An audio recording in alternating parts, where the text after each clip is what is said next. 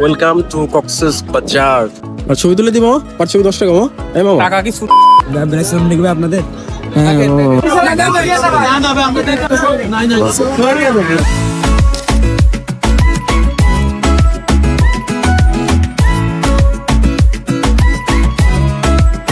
দেখা যায় না কিছু। ওয়েলকাম টু কক্সেস বাজার। আমার দেখা যায় না কিছু, দেখতে পারতেছি না। যাই হোক, কক্সবাজারে ল্যান্ড করছি, বাট ভিডিও করি নাই, আলসামি করছি। এখন আপাতত একটু বিচে আসছি ফুটবল খেলার জন্য। আমার অ্যাক্সিডেন্টের কাহিনী আমি এখন বলবো না, বলবো ভিডিওর শেষে, কারণ এখানে আপনাদের একটা গুরুত্বপূর্ণ ইনফরমেশন দেওয়ার আছে, যেটা একটা পুরোপুরি স্ক্যাম, যেটা শিকার আমি নিজে হয়েছি। ইহা আমাদের ফুটবল ম্যাচ, সুন্দর ভিউ, সুন্দর ফ্রি ম্যাচ, খেলা সবাই এনজয় করতেছে। বাচ্চা বাচ্চাদের সাথে খেলছে, হয়তো আছে। এই যে আমাদের মেসি, এই যে আমাদের কি আবির, এই যে প্রবাসী ফয়সাল, সার্জিও রামোস, সরি কি সার্জিও রামোস, সার্জিও রামোস। আচ্ছা বলবো যে তুই যে 3500 টাকা চোনা খাইছিস, বলবো?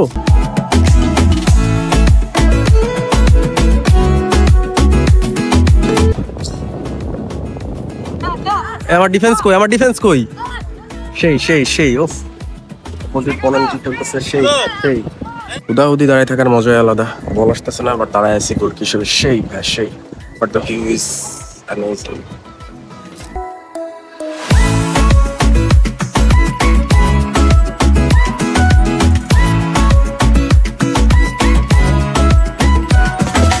আমার ছবি তুলে দি মামা, আর ছবি 10 টাকা। আমার আইফোন তো ছবি তুলে দি মামা, আর ছবি তুলে দি মামা। ছবি তোলা যায় নাকি মামা? পার ছবি 10 টাকা মামা, প্লিজ মামা। আমি তোমাকে তুলে দিই। না মামা, থ্যাংক ইউ মামা। এই মামারা ছবি তুলে দি মামা, আর ছবি 10 টাকা মামা, আইফোন দে মামা। ও মামারা আর ছবি তুলে দি মামা, আর ছবি 10 টাকা মামা।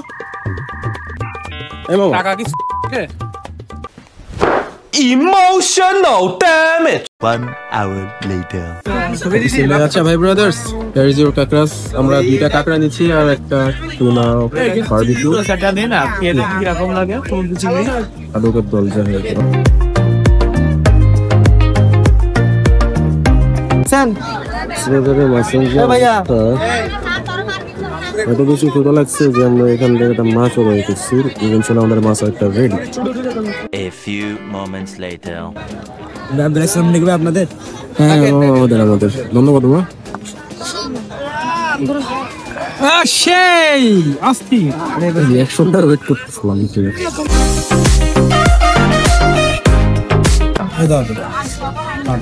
এখন চলতেছে খাওয়া দাওয়া। সেই না, এই আবিরের দিকে একটা ফ্ল্যাশ মার।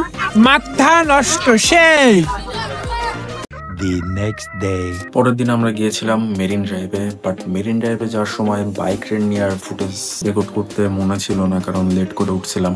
জাস্ট মেরিন ড্রাইভের কিছু ফুটেজ আমার কাছে আছে, সেগুলো দিয়েই চালাই নিতে হবে, কিছু করার নাই।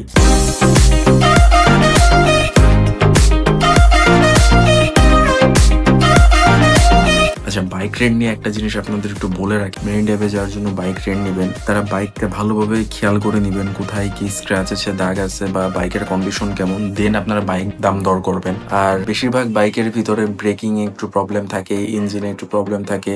40-50-60-এর উপরে আই গেস উঠানো উচিত না। তারা ওরকম বিধিনিষেধ দিয়ে দিবে যে এর উপরে উঠাইতে পারবেন না, এত কিলোমিটার ফিক্সড, বিচে বাইক নামাইতে পারবেন না, বা বাইকের যদি কোনো ক্ষয়ক্ষতি হয় তাহলে সেটা হলো আমাদেরই দেওয়া লাগবে। তো এই জিনিসগুলা মাথায় রেখে দেন বাইক রেন্ট করবেন। 6 hours later.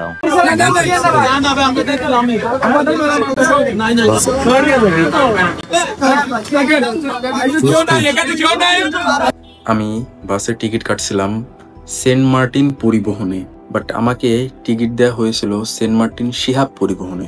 সেন্ট মার্টিনের অনেক না, প্রায় 1000টার উপরে বাস সার্ভিস আছে, তারা কাউন্টারে নিজেরাই বলে। আমি তাদেরকে বলেছিলাম আমাকে সেন্ট মার্টিন পরিবহনে যেটা অরিজিনাল সেটাই দিতে, বাট তারা আমাকে সেন্ট মার্টিন শিহাব পরিবহনে দিয়েছে। এখন অনেকে বলতে পারেন যে ভাই আপনি টিকিট চেক করে নেননি। ভাই আমার হুট করে ডিসিশন হয়েছিল ঢাকা ব্যাক করার, তো তখন বাস ছিল প্রায় রাত 10টা বাজে। আমি টিকিট কাটতে গেছিলাম, আনুমানিক কেউ রাত 10টা বাজে টিকিট কাটতে যায় না। তো আমি লেট করে গিয়েছিলাম বিধায় আমি এটা খেয়াল করিনি। আমার বাস ছিল 11:30টায়, কারণ আমি সিট পাইতেছিলাম না। আর এমন একটা সময় আমি গিয়েছিলাম, সেটা ছিল সিজনাল টাইমে ঢাকায় ব্যাক করার জন্য অনেকেই বারবার ঘুরতেছিল বা টিকিট পাইতেছিল না।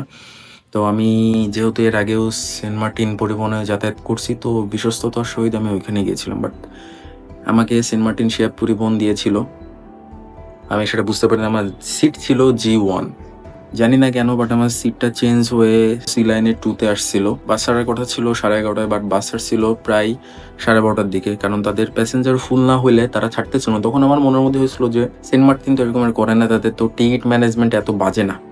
বাসটা ঠিক অ্যাক্সিডেন্ট করছে 2:50 বা 55 টাইমে, চিটাগং থেকে প্রায় 50 কিলোমিটার আগে। দেখতে পারতেছেন বাসের সামনের সাইডের কি অবস্থা।